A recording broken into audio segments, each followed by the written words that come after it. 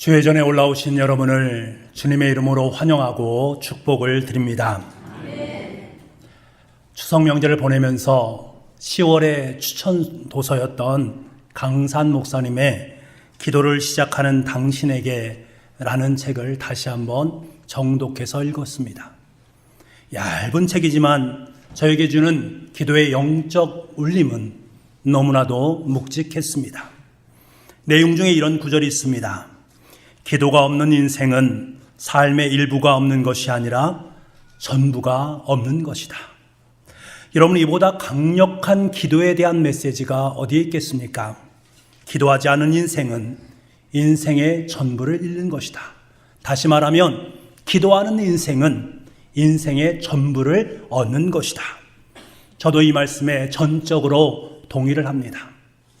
그리고 이런 구절도 있습니다. 기도는 참으로 놀라운 선물입니다. 기도는 우리 자신이 얼마나 철저하게 부족한 존재인가를 고백하게 하는 낮아짐의 통로인 동시에 우리 자신이 얼마나 존귀한 존재인가를 깨닫게 되는 높아짐의 통로이기도 합니다.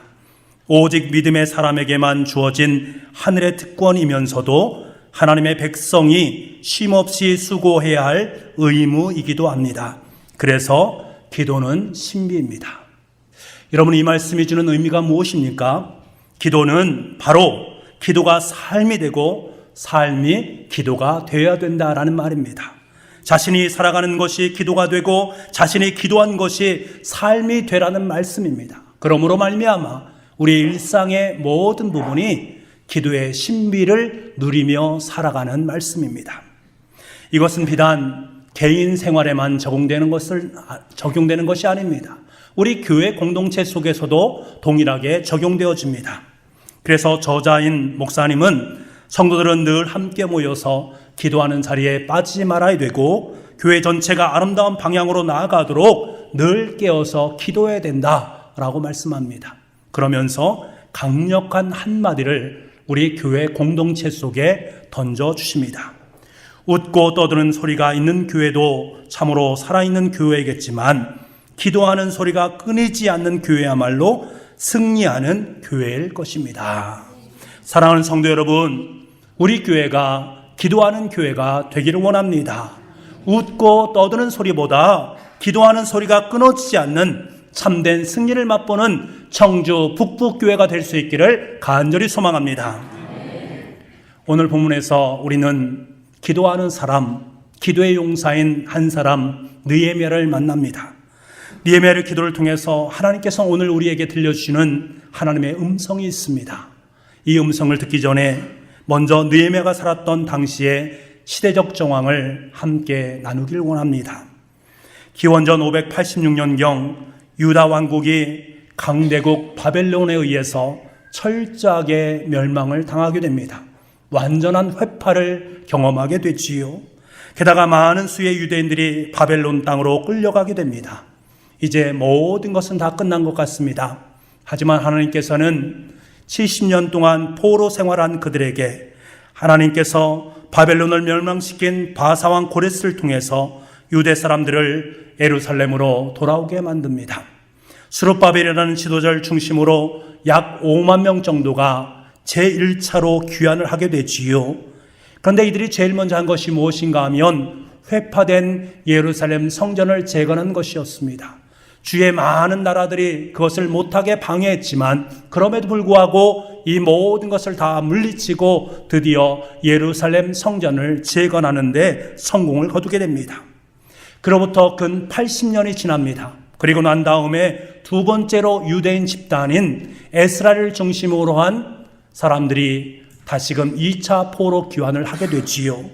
에스라가 도착해 보니까요, 먼저 와 있는 유대인 귀환자들이 성전을 재건해 놓은 것 참 잘한 것입니다.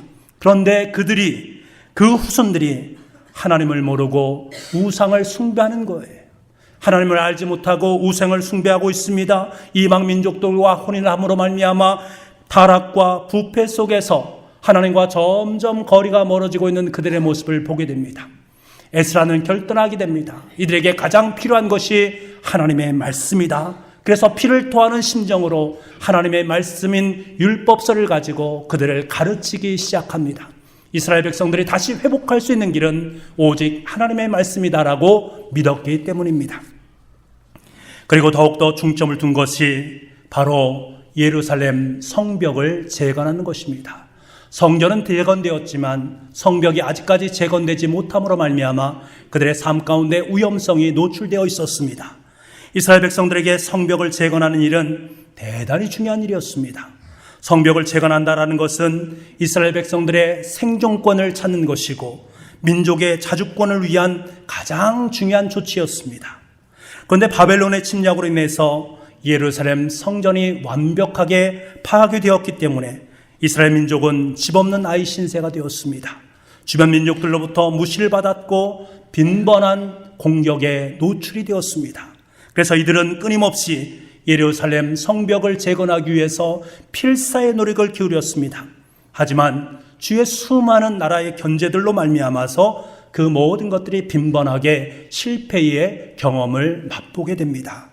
성벽이 없었기 때문에 연시적들은 마을로 들어와서 불을 놓고 재물을 훔쳐갔고 그로 말미암아서 농사를 지을 수가 없는 거예요.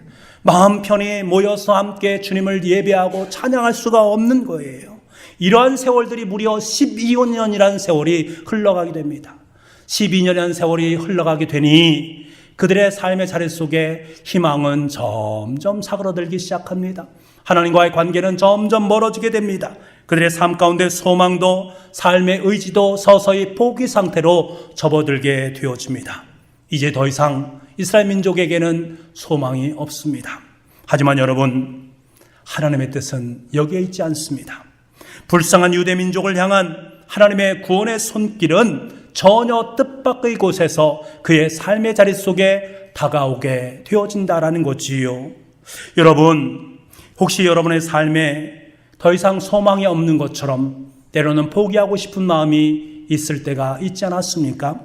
여전히 성벽을 재건하는 수고를 아무리 애쓰면서 수고한다 한들 내 삶의 자리 속에 여전히 아무것도 바뀐 것이 없는 것처럼, 그래서 망연자실하면서 하늘만을 쳐다보는 경우가 여러분 삶 가운데 없으셨습니까?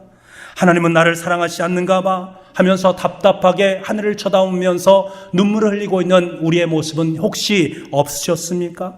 하지만 여러분, 소망이 없는 것처럼 보이는 그 상황 속에서 하나님께서는 소망을 허락하기를 원하십니다. 희망을 노래하기를 원하십니다. 그래서 그곳에 하나님의 거룩한 약속의 말씀을 들려주시고 계십니다.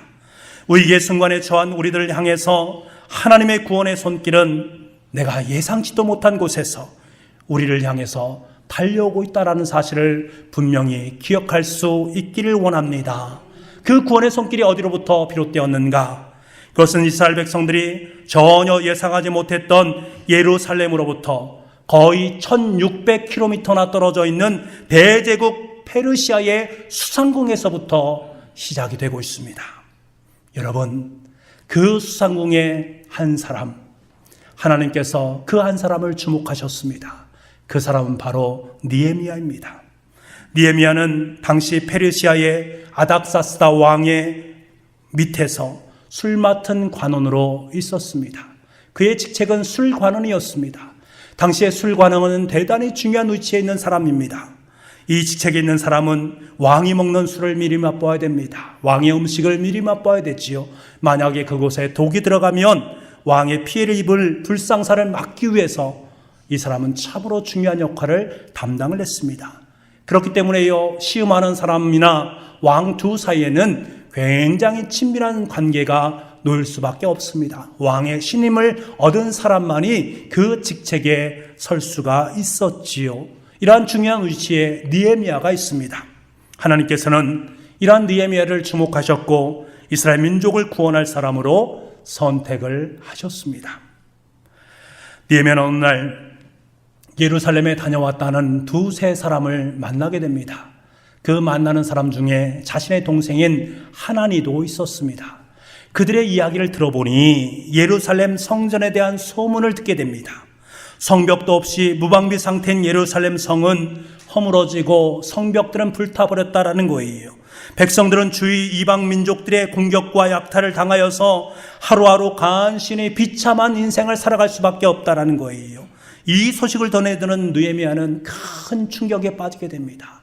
그러면서 가슴을 찢는 그러한 고통을 느끼게 됩니다.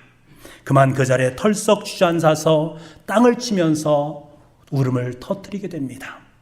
그리고 수일 동안 슬퍼하면서 금식하기 시작합니다. 느헤미야를 정말로 힘들게 했던 것은 이스라엘 백성들이 지금 너무나 힘든 어려움 가운데 있다. 예루살렘 성벽이 회파되었다. 그것보다 더 중요한 것은 예루살렘 성이 회파됨으로 말미암아서 하나님의 이름과 영광이 가리워졌다라는 것입니다. 이스라엘 백성들이 힘들어하고 이스라엘 백성들의 성벽이 완벽하게 무너졌다. 이것보다 하나님의 이름이, 하나님의 영광이 세상 사람들로부터 지탄을 받고 있다. 드러나지 못하고 있다. 이것이 너무나 큰 아픔으로 다가오게 됩니다. 느헤미야는 예루살렘 성을 무엇이라고 여긴지 아십니까? 9절 말씀에 보니까 내 이름을 두려고 택한 곳이다 라고 지칭하고 있습니다. 다시 말하면 하나님의 이름을 두기 위해서 택한 곳이다. 이 예루살렘 성전은 하나님의 이름과 하나님의 영광이 머무는 곳이다. 하나님의 영광이 가득 찬 곳이다 라고 보았던 것입니다. 그런데 지금은 어떻습니까? 그 예루살렘이 하나님의 영광을 드러내기는커녕 오히려 회파되어서 수치와 부끄러움을 당하는 것, 그 비보를 접하게 되니 어찌 통곡하지 않을 수 있었겠습니까? 사랑하는 성도 여러분, 지금 우리에게 있어서 하나님의 이름을 두려고 택한 곳은 과연 어디입니까? 여러분의 삶의 자리 속에서 하나님의 이름이 택함 받은 곳, 그곳은 과연 어디를 의미합니까? 바로 저와 여러분이 서 있는 그 자리인 줄 믿습니다. 우리의 직장이 아닙니까? 우리의 가정이 아닙니까? 우리 청주 북북교회가 아닙니까? 우리 한국교회가 아닙니까? 하나님께서는요, 이것들 속에 하나님의 이름을 드러내기를 원하십니다. 하나님의 영광이 가득 채워지는 놀라운 역사가 임하는 삶의 현장이 되기를 원하시고 계십니다. 그런데 언제부터 하나님의 이름과 영광이 드러나야 할 곳에 세상 사람들의 지탄과 조롱만이 가득 채워지고 있습니다. 하나님의 이름과 영광이 드러나기보다는 사람들의 이름과 영광이 드러나는 장소로 변해가고 있는 우리 삶의 현실을 만나곤 합니다. 여러분 혹시 이러한 보도를 접할 때마다 마음속에 어떠한 느낌이 드십니까? 하나님의 영광이 가리우고 하나님의 이름이 인간사에 의해서 망령되이 일컫게 되어진다라는 이 현실 앞에서 과연 여러분 어떤 느낌들이 드십니까? 느헤미야처럼 통분하고 계십니까? 과연 눈물을 흘리고 계십니까? 여러분, 오늘날 우리 주변에는 이러한 일들을 접함에도 불구하고 슬피 울면서 금식하는 사람들이 점점 줄어가고 있습니다. 안타까운 심정이지만 통분하는 심정, 그리고 마음에서 우러나오는 뜨거운 눈물이 점점 사라지고 있습니다. 내 마음에 있는 악, 사회악을 보면서도 나의 삶 속에 그것에 대한 아픔, 그것에 대한 것들이 마음속의 아픔으로 크게 다가옴으로 말미암아 그것을 위해서 근심하며 씨름하며 눈물을 흘리지 못하는 우리의 영적인 중병을 우리는 끙끙 앓고 있는 거나 마찬가지 아닙니까? 여러분, 우리가 진정한 그리스도인이라면 하나님 나라가 어려움을 겪고 하나님의 이름이 수치를 당하는 상황에 처할 때에 이러한 현실을 통해서 우리는 애통할 수 있어야 되지 않겠습니까? 눈물을 흘릴 수 있지 않겠습니까?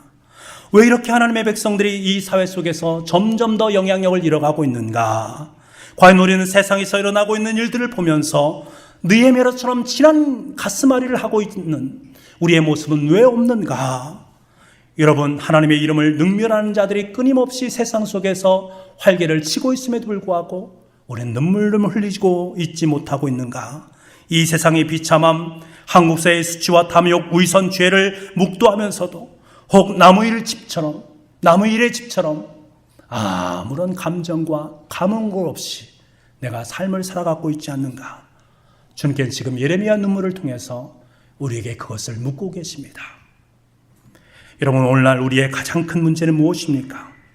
하나님의 이름이 회파되어지고 하나님의 영광이 드러나지 않음에도 불구하고 울지 않는 것입니다. 하나님 없이 죽어가고 있는 사람들이 있음에도 불구하고 이를 바라보면서 우리에게 눈물이 없어요. 우리의 마음이 이들을 향해서 아픔과 눈물의 기도를 드리지 못하고 있는 이 우리의 모습, 이 말라져 버린 그 눈물, 우리의 삶의 자리 속에 있다라는 그것이 가장 안타까운 문제입니다. 사랑하는 북보가족 여러분, 우리는 지금 기도할 때입니다. 우리는 지금 눈물을 흘릴 때입니다. 오직 하나님의 이름과 영광이 우리 자리에 가득 차기를 소망하면서 눈물을 흘려야 됩니다. 여러분의 가정 속에 여호와 하나님께서 주인 되심을 인정하는 눈물을 흘릴 수 있어야 됩니다. 우리 교회가 하나님의 영광을 가득 찰 수, 우리의 교회 속에 하나님의 영광이 가득 채워지기를 간절히 소망하면서 우린 눈물을 흘려야 됩니다. 한국 사회 속에 하나님의 영광이 드러남으로 말미암아 하나님의 이름이 온 열방 속에 아름답게 드러나기를 간절히 기도하는 눈물이 우리 가운데 있어야 되는 줄 믿습니다. 여러분 기억하십시오. 니에미아가 흘린 눈물은 1600km나 떨어져 있는 예루살렘 성을 강타하기 시작했다라는 사실입니다. 하나님은 하나님을 위해 눈물을 흘리는 눈물의 강줄기를 따라서 하나님의 역사를 써내려가는 것입니다. 여러분, 우리가 하나님의 영광을 위해서, 하나님의 이름을 위해서 눈물을 흘릴 때 하나님의 역사는 우리의 눈물의 갈줄기를 따라서 사랑하는 청주 북북교회를 통해서 우리 청주 시내 속에, 이 나라의 민족 속에 아름다운 하나님의 역사로 써내려가게 될 줄 믿습니다. 하지만 여러분, 우리가 눈물만 흘린다고 해서 모든 것이 해결되겠습니까? 그렇다면 우리는 매일매일 통곡해야 되지요. 그런 눈물만 가지고는 안 된다라는 거예요. 그래서 우리에게 필요한 것이 무엇입니까?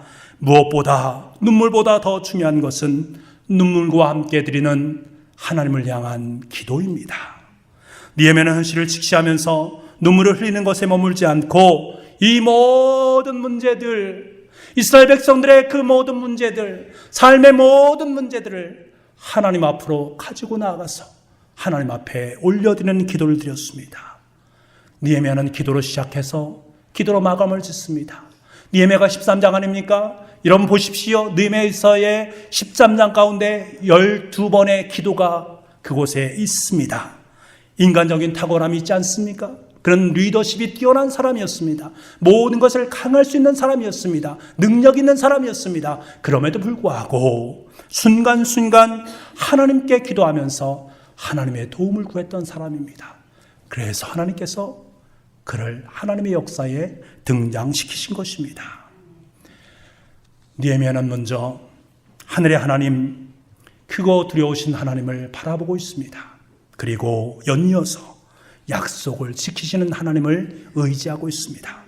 주를 사랑하고 주의 계명을 지키는 자에게 언약을 지키시면서 택한 곳으로 돌아오게 하겠다라고 말씀하신 그 하나님의 언약의 말씀을 굳건히 붙잡고 기도하고 있습니다.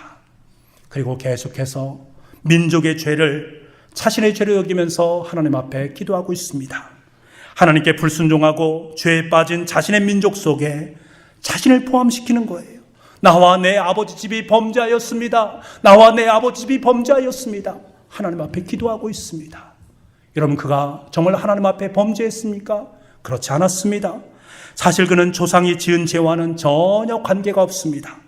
더구나 조상의 땅과는 멀리 떨어져 있는 곳에 거하기 때문에 제3자의 입장에 서 있기 때문에 이스라엘 백성들의 죄와는 거리가 있었습니다. 그럼에도 불구하고 그는 하나님 앞에서 자신을 돌아보면서 회개하고 있습니다. 나와 우리 집이, 우리의 가정이 하나님께 죄를 지었습니다. 이스라엘 민족의 죄가 바로 우리의 죄입니다. 여러분, 느헤미야는 위대한 하늘의 하나님께 올인하고 있습니다. 하나님께서 약속하신 언약을 기억하면서, 민족의 죄를 기억하면서, 민족의 죄를 자신의 죄로 여기면서 눈물을 흘리며 하나님 앞에 기도하고 있습니다. 느헤미야는 엎드려 민족을 위해서 눈물을 흘리며 기도하는 것만이 하나님께서 원하시는 역사의 방향을 하나님의 방향으로 재설정할 수 있다는 것을 알았기 때문입니다. 여러분, 역사의 중심은 눈물을 흘리며 기도하는 사람 쪽으로 흘러가게 되어 있는 줄 믿습니다. 하나님의 역사의 중심은 바로 기도하는 하나님의 사람인 줄 믿습니다. 바로 저와 여러분이 하나님께 눈물로 기도할 때 역사의 중심은 우리를 통해서 흘러가게 되어질 줄 믿습니다. 기도하는 느헤미야를 하나님께서는 역사의 중심으로 의연히 세워주셨습니다. 그를 통로 삼아서 이스라엘 민족을 구원의 놀라운 역사의 바늘 가운데 다시금 들어 세우셨습니다. 하나님의 역사가 감행되어지고 있습니다. 저는 느헤미야의 기도, 이 눈물을 묵상하면서 예수 그리스도의 기도와 눈물을 경험할 수밖에 없었습니다. 이 두 것이 함께 오버랩되는 모습들을 저는 느꼈습니다. 예수님은 하나님의 아들 아니십니까? 그는 기도하지 않으셔도 됩니다. 눈물을 흘리지 않으셔도 됩니다. 그럼에도 불구하고 그는 눈물을 흘리셨고 기도를 하셨습니다. 전지전능하신 하나님의 아들 예수님이십니다. 그럼에도 그는 우리와 동일하게 기도하셨고 눈물을 흘리셨습니다. 십자가에 못 박혀 돌아가시기 전날 밤 주님께서는 밤이 맞도록 겟세마네 동산에서 기도하셨습니다. 당시 주님께서는 자신의 죽음이 목전에 다다랐다라는 것을 알고 있습니다. 그래서 그것을 피하기 위해서 심히 고민하고 슬퍼하셨습니다. 얼마나 그 마음이 괴로우면 이 말을 땅바닥에 대면서 기도하고 계십니다. 십자가의 죽음을 피하기 위해서였습니다. 그 기도가 얼마나 애절했습니까? 주님의 얼굴에서 흐르는 땀에 피가 배일 정도로 간절한 마음으로 하나님 앞에 기도하지 않았습니까? 그 기도의 결과 하나님으로부터 응답을 받았습니까? 어떤 응답을 받았습니까? 전혀 응답을 받지 못했습니다. 십자가의 죽음을 모면할 수 없었습니다. 상황을 역전시킬 수 없었습니다. 그럼에도 불구하고 그 마음속에 하나님을 향한 확고한 의지가 자리매김하게 됩니다. 그런 기도를 마치고 난 다음에 제자들에게 이야기합니다. 보라, 때가 가까이 왔으니 인자가 죄인의 손에 팔리느니라. 일어나라, 함께 가자. 보라, 나를 파는 자가 가까이 왔느니라. 조금 전까지 심히 고민하면서 슬퍼하면서 눈물을 흘렸는데 살기 위해 땀에 피가 배날 정도로 절규하는 모습이 예수님 가운데 있었는데 추후에 흔들림도 없이 십자가를 향해서 한 발 한 발 내딛고 있는 주님의 음성, 일어나라, 함께 가자라고 말씀하시는 주님의 음성, 여러분 어떻게 이것이 가능했겠습니까? 주님께서는 절규하는 기도를 통해 핏방울이 배일 정도의 눈물을 통해서 하나님의 뜻이 십자가의 죽음이라는 것을 재차 확인하셨습니다. 하나님의 역사의 방향은 십자가에 못 박히는 것이다 라는 그 사실을 너무나도 선명하게 확인하고 또 확인하고 또 확인할 수 있었던 것입니다. 여러분, 주님께서 십자가의 길을 기꺼이 감수할 수 있었던 힘과 용기와 지혜의 원천은 바로 겟세마네 기도요, 겟세마네의 눈물이었습니다. 그렇다면 여러분, 주님께서도 이처럼 기도와 눈물을 통해서 하나님의 뜻을 분명히 알고 주님의 길을 올곧이 걸어갔다면 인간인 우리야 어찌 더 말할 필요가 있겠습니까? 우린 연약하지 않습니까? 하나님의 뜻을 너무나 분명히 깨닫지 못하고 있지 않습니까? 그렇다면 우리 또한 예수님도 그렇게 눈물을 흘리며 기도하셨는데 우리 또한 그렇게 눈물을 흘리며 하나님께 기도해야 되지 않겠습니까? 하나님의 뜻이 무엇입니까? 하나님의 마음이 무엇입니까? 우리 교회를 향하신, 우리 가정을 향하신, 이 나라의 민족을 향하신 하나님의 뜻이 무엇입니까? 우리가 간구하며 기도해야 되는 것은 너무나도 당연한 것 아니겠습니까? 인간의 본능과 욕망을 쫓아 사는 것 전혀 어렵지 않습니다. 인간은 죄인이기 때문에 가만히 내버려 두어도 나이에 상관없이 그 길을 마냥 질주하게 되는 거예요. 하지만 하나님의 이끌리심을 받는다, 하나님의 뜻을 확고히 깨닫고 확고히 붙잡는다라는 것은요, 절대로 절로 되는 것이 아닙니다. 여러분, 절로 하나님의 뜻이 내 삶 속에 하감하는 줄 믿습니까? 아닙니다. 여러분, 이 모든 것을 이룰 수 있는 것은 오직 기도를 통해서만입니다. 기도를 통해서만 우리는 하나님의 뜻을 분명히 알고 하나님의 역사를 분명히 내 삶 속에 모셔드릴 수 있는 것입니다. 기도와 눈물을 통해서만 하나님의 뜻을 직시하고 주님을 쫓는 그리스도인답게 살아갈 힘과 용기와 지혜를 얻는 것입니다. 감람산은 주님의 기도 저수였습니다. 눈물의 원천지였습니다. 이 감람산에서의 기도가 십자가의 죽음과 부활의 원동력이 되었습니다. 느헤미야의 기도의 저서는 이스라엘 민족과 1600km나 떨어진 수상궁에 있었습니다. 눈물을 흘리며 기도할 때 하나님께 사명을 받은 것이 바로 이 수상궁이었습니다. 이 수상궁에서의 기도와 눈물이 이스라엘 민족의 역사를 하나님의 역사로 다시금 바꾸어가는 위대한 원동력이 되었습니다. 예수님의 기도와 눈물, 느헤미야의 기도와 눈물은 하나님의 뜻을 아름답게 성취해가는 디딤돌의 역할을 담당했습니다. 사랑하는 북부가족 여러분, 지난 33년 동안 하나님께서는 우리 청주 북부교회를 너무나도 사랑해 주셨습니다. 그로 말미암아 하나님의 교회를 든든하게 세워가십니다. 그런데 여러분, 우리 교회가 지금까지 세워지는 데에는 절대로 공짜가 없습니다. 절대로 공짜가 없습니다. 그 누군가의 기도와 눈물이 있었기 때문입니다. 여러분 각자가 하나님께 흘린 기도와 눈물 덕분으로 하나님의 교회는 든든히 세워져 가는 것입니다. 혹시 여러분 중에 교회의 모습을 바라보면서 왜 우리 교회는 이런 것이 부족한 것인가? 왜 우리 목사님은 이런 것이 부족한 것인가? 왜 우리 성도님들은 이런 것이 부족한 것인가? 그런 마음이 드시는 분이 계십니까? 여러분 기뻐하시기 바랍니다. 하나님께서 그것을 여러분에게 보여주신 것은 여러분을 향하신 하나님의 눈물과 기도를 받으시길 원하시기 때문에 그렇습니다. 우리가 하나님의 교회를 위해서, 우리가 성도를 위해서, 이 나라의 민족을 위해서, 하나님의 사역을 위해서 눈물을 받으시길 원하시기 때문에 그렇습니다. 기도하는 여러분의 눈물이 하나님께 아름답게 상달되어지고 그를 통해서 하나님의 교회가 든든히 세워지는 놀라운 역사를 맛보기 때문에 그렇습니다.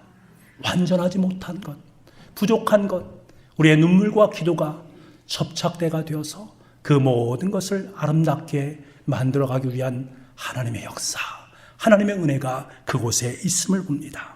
내가 흘린 눈물의 기도를 통해 하나님께서는 역사하십니다.